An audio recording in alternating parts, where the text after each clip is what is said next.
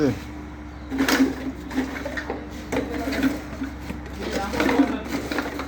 দোকানদার ভাই ওই কথা হয়নি। বিসমিল্লাহির রহমানির রহিম। আজকে 7ই রমজান।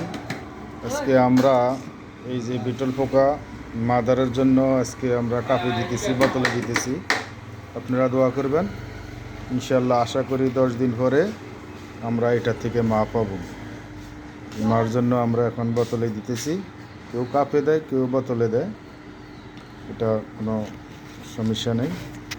আপনারা দোয়া করবেন যেন আমাদের এই মাদারগুলা বিটলে পরিণত হয়।